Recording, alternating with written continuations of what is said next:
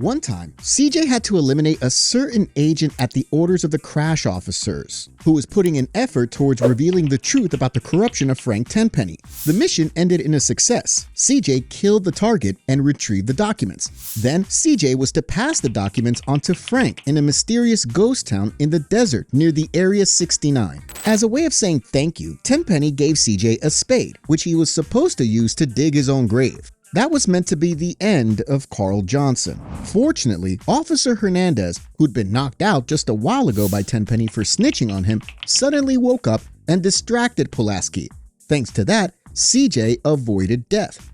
The question is, why on earth did Tenpenny want to get rid of CJ? After all, Tenpenny had leverage on CJ. After all, Carl was always politely obeying him. He did whatever and whenever he was asked. And that despite the fact that Tenpenny brought smoke over to his side, and that it was because of him that Carl's gang fell apart. And on top of that, Sweet got locked up in jail for life because of him. It seems that it was a completely unnecessary move of Tenpenny, especially that CJ tried to cut himself off of Los Santos and leave all the unfortunate events behind him during the desert and Las Venturas section. He didn't go back there physically, nor in his mind. He more or less threw that chapter out of his head. Then why did Tenpenny suddenly make such a call? Why did he decide to get rid of CJ, a guy who was a perfect tool for dirty work, of which Tenpenny had an abundance to take care? Just quickly in a few sentences, let's recall why Tenpenny used CJ for the purpose of the video.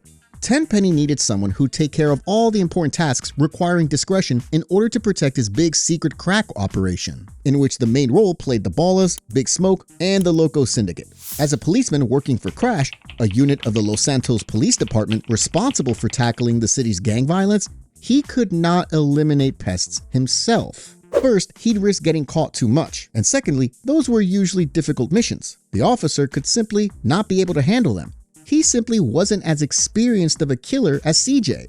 He had to find himself a skilled errand boy who'd do it for him. CJ was ideal for that. He was a man on the inside because he was a member of the families. He was a one-man army type of maniac who'd obliterate anything standing in his way.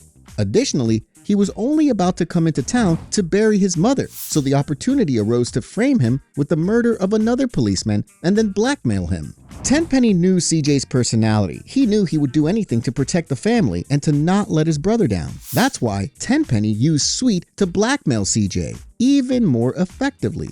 So CJ does everything Tenpenny says, or otherwise. Sweet's gonna find himself on a baller's block, getting in touch with his feminine side. To put it short, Tenpenny had a plan, and CJ was a perfect guy for it, thanks to whom Tenpenny could make the realization of his plan a lot easier. But okay, now let's get to the reasons for which Tenpenny believed that getting rid of CJ would be the best choice. Was Mike Torino meeting CJ and promising him that in exchange for his help, he'd free his brother Sweet out of jail a valid reason for Tenpenny? And even if, was it strong enough for him to decide to kill CJ? Technically yes, but not necessarily. First of all, Tenpenny had no clue that CJ was working for Torino. Why can we tell that? Well, Tenpenny never asked Carl about his relationship with Torino. Secondly, we know how much Torino made sure that his actions were discreet and how much he knew about CJ's relationship with Tenpenny. There was no way that Torino was so uncautious to allow Tenpenny to start suspecting anything about him, about that CJ could have an alternative option for freeing out Sweet. And thirdly, if Tenpenny was aware whatsoever that CJ was working for a guy like Torino, he'd probably crap himself. To be on the blacklist of the CIA is like a death sentence. Tenpenny was aware of it since he was a highly positioned law officer.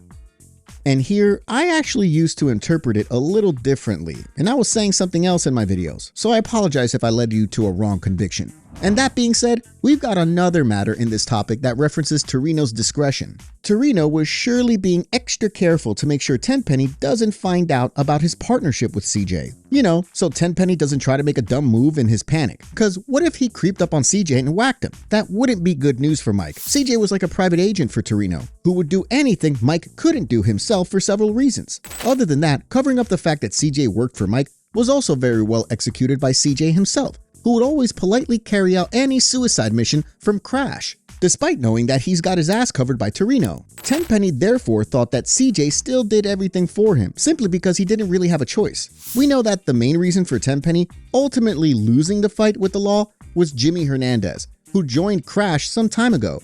All of the frauds of his bosses were revealed to him, and he decided to give him up to internal affairs. That move stirred up serious trouble for Tenpenny. He was soon charged with masterminding a drug operation and the murder of Officer Pendlebury. Who knows if Torino wasn't helping Hernandez from behind the scenes by pointing at the dots for Hernandez to connect? That's just a theory though. The game never suggested it, but the chance of that being the case is not really that low. Anyway, where I'm going with this is that Hernandez's betrayal helped Frank understand that every person who was ever involved in his frauds through blackmail could at any point turn out to be the one to hammer a nail into his coffin, the one to present the law authorities with enough evidence to put Tenpenny in the pen for a lot of years. That also ties to the fact that Tenpenny was always eventually getting rid of people who could pose a threat to him in one way or another, and one of those people became CJ. Sure, Carl showed up whenever summoned. He was doing a good job for Frank, saving his ass not once, not twice, but he wasn't doing that because he wanted to. He simply didn't want to get himself into prison himself, and so his brother, who was already in jail, could at least live there without experiencing any shower adventures. Taught by the experience with Hernandez, Tenpenny knew that with the moment CJ stops fearing his blackmail, a chance would appear that CJ would give information on him.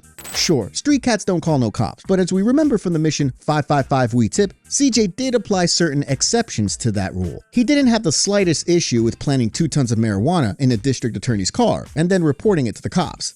Additionally, Tenpenny knew that the time in which CJ no longer fears his blackmail is nearing ever closer, because Frank was over time being linked to more and more crimes, and his operation began to slowly come out to light. As if that weren't enough, CJ was all the while developing his own adventure, gaining powerful contacts and making money. Frank also knew that even if he did come out of this mess without being convicted, his reputation would be so spoiled that he could only dream about any further career in the authorities. Additionally, the people in town would be pissed, would feel the injustice, and who knows if there wouldn't be a hero who, in the name of principles and the good of the society, would impale his head on a stake. That's why he wanted to introduce an escape plan.